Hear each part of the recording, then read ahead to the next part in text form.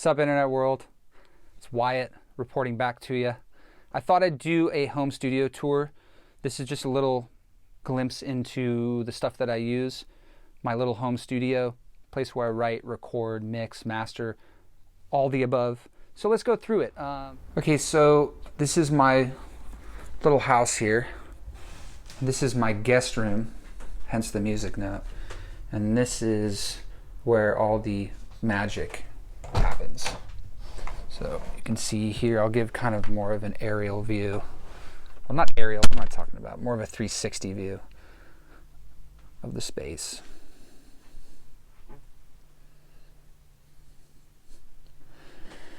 So I never know where to start with these things. I've never done this, but let's just go for it. Let's start with the centerpiece of the studio. So this is a desk by the brand Output. It's called the Platform Desk. It just made sense to me getting this desk. A little bit expensive, but it was something that I felt like I really needed after so many wonky DIY IKEA foldable table desks. I felt like it was something I should actually invest in, and I think every dollar is worth it. It's been so nice working on this thing. This is really all I use right here. This rack unit over here is mostly stuff that I don't use anymore because I don't have a big enough space to record drums or do anything like that. This room is mostly just where I write and mix. And my last record, Ricky's First Dance, was all made with this setup all in the box. But if I wanted to track drums or track with multiple people, couldn't do it in here. So first and foremost, iMac. It's I want to say it's a 2017. It's been great, no issues at all with it. I don't know what else to say. I think I added a bit of RAM to it. I want to say 40 something gigs, but other than that, it's just stock. My main monitors are the Yamaha HS8s. I've had these for a couple years now, and my ears are just tuned to them. They just make sense to me. They're not my favorite. But I don't try and get too technical, I guess, with that kind of thing. I'm just, this is where I listen to music. My ears get attuned to the room and the speakers, and I can do anything on any set of speakers. It's kind of my attitude. These little mix cubes I have as my B monitors, which are great. So those are basically the 2 speakers. And then in the desk, my main preamp here is this Warm Audio 1073 unit. I was using this at Lollipop and actually put it head to head with some of the BAE stuff, and I could not tell a difference. The quality is so good. They sound incredible. The EQs are amazing. I was just sold, and so I bought one. And that's kind of mainly what I use going into my Twin. Either that or just the built-in pre's on my Twin right now is all I'm really using. These down here is a custom pair of Yamaha PM1000 channel strips, which is Yamaha's, iron-based pre's, essentially, that were in a PM1000 console. Really cool sounding. Very similar to the Warm Audio, little thinner sounding, which is cool, but not really using them because I'm not tracking drums. I've basically just been using the 1073 and the built-in on the Twin, and which, by the way, is my main interface right now. It's just the Twin. It's great. Do everything with it. I have my monitor switcher, my mono switch. I can jump back and forth between the channels and the monitors, and it's great. It's been an absolutely great fucking interface. From there, I have my cassette deck, which I do use pretty frequently, surprisingly not. It's just a stereo studio grade cassette deck. A lot of times I'll run signals through it, drums, mixes. What's really cool is this pitch control, which is just a vary speed, so you can actually speed things up, slow things down, which is actually very useful. They're not very expensive. You can pick these up for a couple $100. I'm lucky this one works fairly well. It just needs to be cleaned a lot. But I do use it pretty frequently. It's fun to just A and B things that are digital and analog, and be able to mess with the pitch on certain songs, and sometimes just speeding the song up a little bit or slowing it down makes or breaks the track. So that's been a really crucial piece of gear for me. And over here, just a Furman power conditioner. This is just a blank space right now. Eventually I'll probably want to get a larger interface with more channels when I have the space to accommodate that. That's probably what'll go there. And then this is a power amp for my mix cubes. And then the fader port, which I really only use for automation at this point. I don't really use much else. Sometimes if I'm tracking in here, like I'm doing guitars or vocals, I can prop this up and take it closer to wherever I am in the room and use the transport on here to just save time rather than using the mouse and clicking back and forth. So I really only use it for, writing, effect sends, and sometimes the transport when I'm tracking, on the other side of the room or something. So it's been great, not necessary, but it's a nice thing to have around. That's really all I use when I record and when I write, and when I mix, it's primarily in the box. The only time I'll take it out of the box is when I dump it to cassette. And sometimes I will run that cassette signal through this Yamaha stereo channel strip just to add some EQ or some drive or something to it. But that's not very common. I don't do that very often. This is really kind of all I need. The only other thing in the desk is this MIDI keyboard, which I do use a lot. It's just an Arturia key step, 61 key. It's an older model, but it's been great. I've had it for years. And I always keep my pen and paper over here. It's got all my lyrics and stuff I'm working on past, when I fill that up, I'll store it and I'll put another notepad there. But I like having a notepad just to have any ideas be able to spill out on there.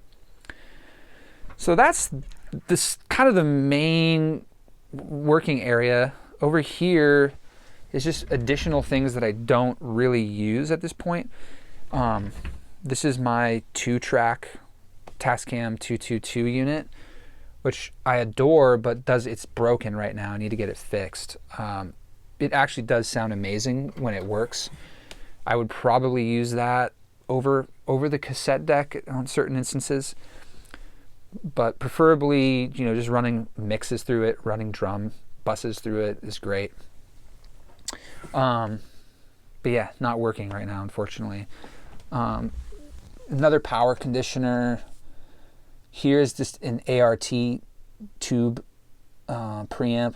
It was modded by my friend, but also not working right now. Not in use, not working. I was primarily using that on drum overheads, but can't record drums, so I've just kept it in my rack just to keep it safe, and I don't know. Below that is this Clark Technique stereo chorus unit, the third dimension.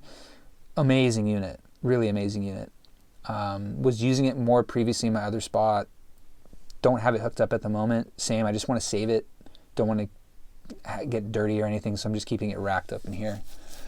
Most of this stuff is like that. This 11 rack, it's a guitar amp simulator thing I've had also for many years.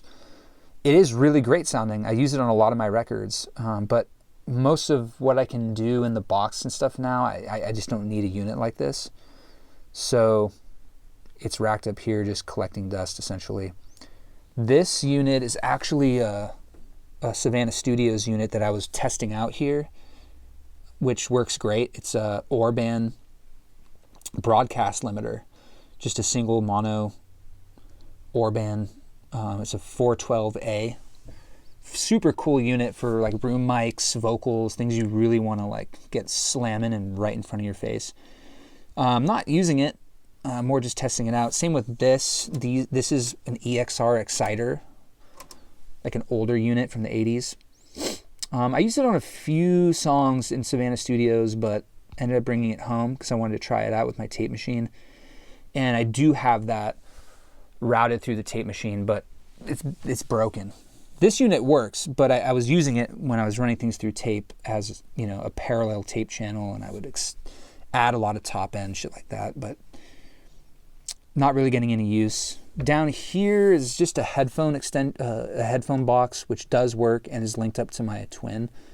So if I have multiple people in the room, I can hook up headphones for everybody and they'll have their own volume. That's good to have. Down here are just patch bays. And you know, right now I only have the twins, so the only two inputs are these first two, which go to, this one goes to the warm audio, that then goes into channel 1 of the twin, and then this just goes to channel 2 of the twin.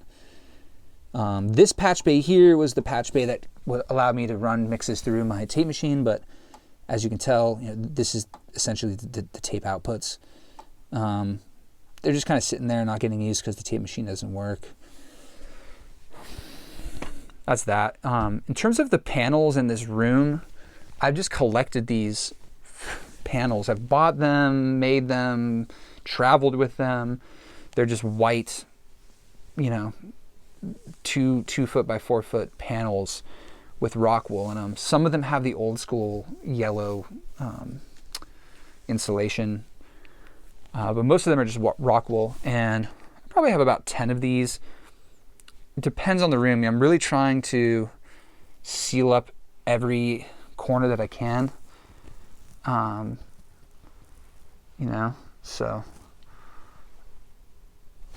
it really does help the room. It's very, very controlled in here. It's actually my favorite room that I've had to mix in, just because it's so small and it's so dead in here.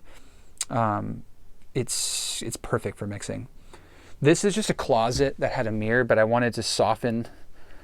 I wanted to soften the sound a little bit, so I added like a thick curtain. This is my mic, which is not a very touted or hyped up microphone at all. If anything, it kind of gets a lot of shit. But I have tried so many fucking mics. I've actually bought, you know, FET 47s and things like that and returned them because they don't sound as good as this mic to me in my ears.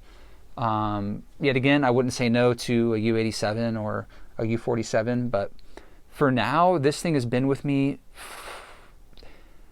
I think I've tracked most of all my vocals and all my records with this mic.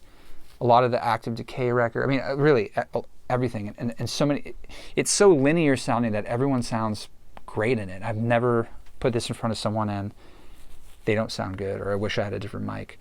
It's a Sterling Audio ST69. It was like, it was their top of the line mic in the early 2010s. So if you walked into Guitar Center in like 2012, this was their, you know, $1,000 mic, their expensive, you know, high grade mic that they offered. They've gone way down in price. No one gives a shit about them. I'm actually thinking about buying more of them now that they're around the I think they're around $300 used. But it's just a pretty standard large diaphragm condenser mic. The way, you know, it's got the filter, the pad, it's got the omnidirectional stuff in the back. And what's cool is it's a tube mic, so there's a tube box down here you have to turn on, and gives it some vacuum tube energy. It's not a very colorful mic. It's not tubey sounding. It's just very linear, and the top end is really smooth, which is why I like this mic so much. Probably has something to do with the tube box, or the capsule, but the top end is very smooth and linear. And sometimes with even more expensive condenser mics, the top end can get a little pokey, which is cool at, you know, for certain things. But for me, I've had the most luck with this really linear mic and being able to color it and treat it how I want in the mix afterwards. It retains the smooth top end, it retains the bottom end, the mid-range is really flat. So I've just been stuck on this thing. You can look them up, Sterling Audio, ST69, way into it. Yeah, I mean, I got a rug down here. There's really not much else to this room. These are my guitars, which I'll go through. These are all things I've collected throughout the years. I have a little seating area in the back, so I fit 2 or 3 people on there. Just a good place to chill. I also have this rolly chair for when I'm working with people in here and they want to get up on the desk with me. They can just roll right on up in here and get their hands dirty. Typically when I cut vocals, I'll move the mic from over here and I'll actually have singers sing into this panel. It looks old, but it's like 4 times thicker than my other panels. And the way this corner is situated, it's kind of got the most dead sound in the room from my experience so far.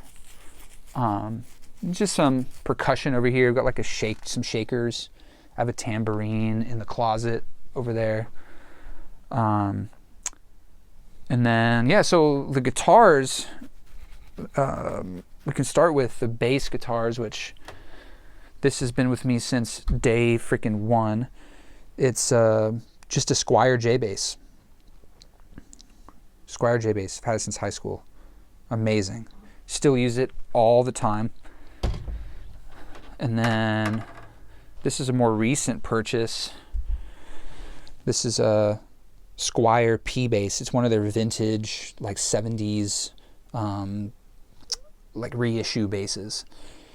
And I've been in love with this thing. I've never had a P bass, so that's been really fun. And then another bass. This I was being thrown away in a dumpster, believe it or not. It's a Univox hollow body bass from 1966. Freaking epic bass. The neck needs a little bit of work right now. It works fine. It sounds great. It's just the action's a little wonky. I need to get it fixed. But yeah, I got this thing for free. Just found it in a dumpster. Thing sounds amazing, especially with some flat wound strings on it. My last bass is my short scale customized Fender Bronco bass. This thing is real funky. I took all the logos off, put flat wounds on it. I put this 60s French lipstick pickup on it. Essentially, I was trying to get this thing to sound like my Univox. I had this before the Univox. It was a much cheaper way of getting a Univox sound. And then I found that thing being thrown away. It's crazy. From there, I've got my 12-string acoustic. It's just a Recording King. I'm not sure the model on this. Actually, it's a dirty 1930s 12-string. Incredible for the price. Like, truly incredible. Let's see. This guitar has been with me forever. It's just a Fender 6-string acoustic.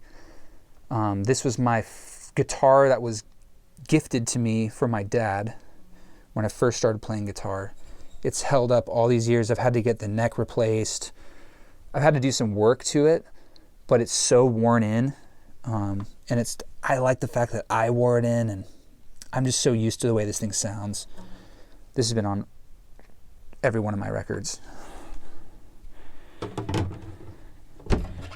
And then I got this Mitchell acoustic guitar, which I want to say I bought this in like 2018. So it's a couple years old.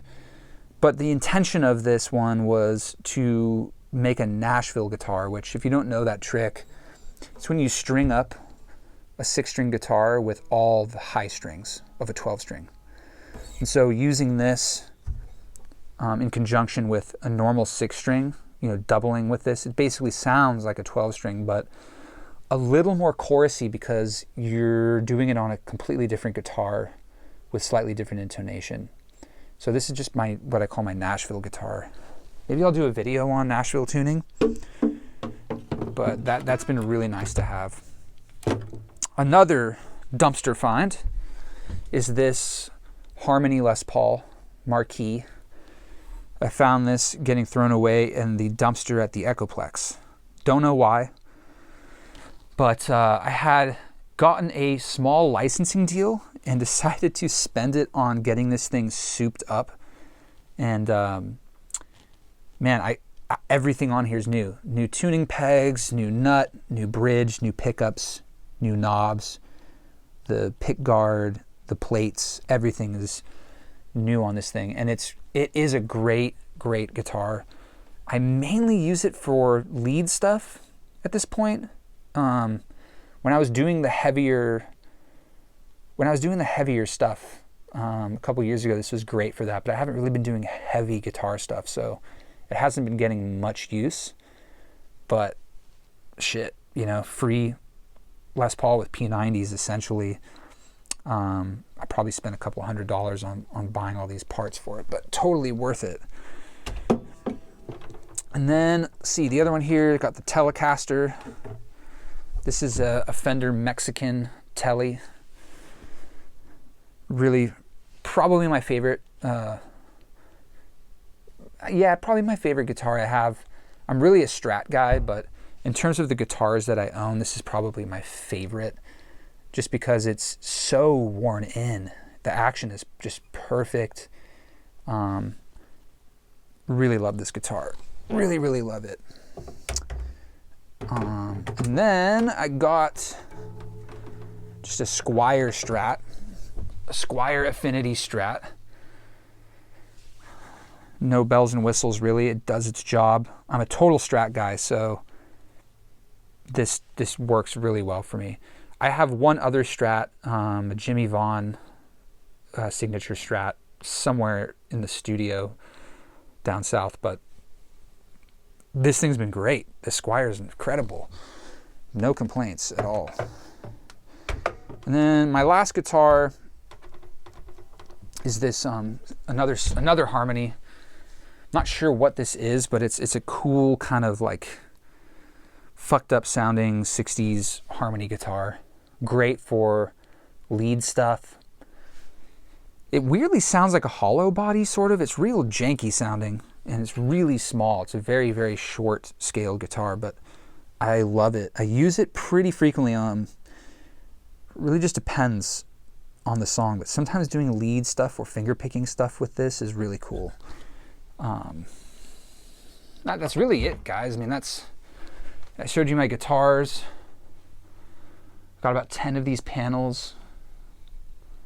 And I can link some of this stuff maybe in the description. I don't know. Just let me know if you want any pointers on where to get these things.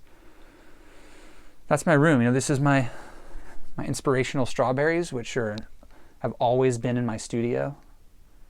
Every studio I've been in, that has been in the room. It's my little wink. I wink to myself sometimes. Like that's where I get all my inspo from. My little strawberries. And got some lights. I like having red lights in my creative space, so I can turn these lights off. And it's just kind of this red glowing energy in here. For some reason, it's very inspiring and it's calming. I actually think psychologically being immersed in red light is very calming to the body. So I found that helps a lot with the creative process. That's about it, guys. That's everything I use. In terms of software, I use Pro Tools. I just pay the subscription. I use a lot of the Roland Cloud subscription for synth sounds. I use a lot of Native Instruments stuff for sound design. Have some UA plugins. I love some of the Waves stuff. I really like the stock plugins in Pro Tools as well. It just depends on what I'm working on, you know. No project is the same. So I guess the only other thing I haven't touched on is my headphones, which is in this little thing here. And this is that tube box I was telling you about for the microphone. I just keep it there, and it takes a second to warm up, but that supplies the power to the microphone, which is great. Down here is just some guitar cables, some drumsticks, some headphone extension cables. And then really I have 2 headphones that I use right now. What I use primarily are these Slate VSX headphones. They have totally converted me, like fully converted me, guys. They sound great on their own, but using the virtual rooms and cars and things like that, actual game changer. You have to try it out, and it takes your ears a couple, maybe like an hour or 2 to really get used to that. I don't even know how to describe it, that weird binaural frequency spectrum, but it's very solid. I use those probably the most, and then I also use these standard Sony, professional series Sony mics you can get really anywhere. These are great for referencing, great for tracking because they're so light on the ears. And that's it, guys. That's the studio. Hope you enjoyed.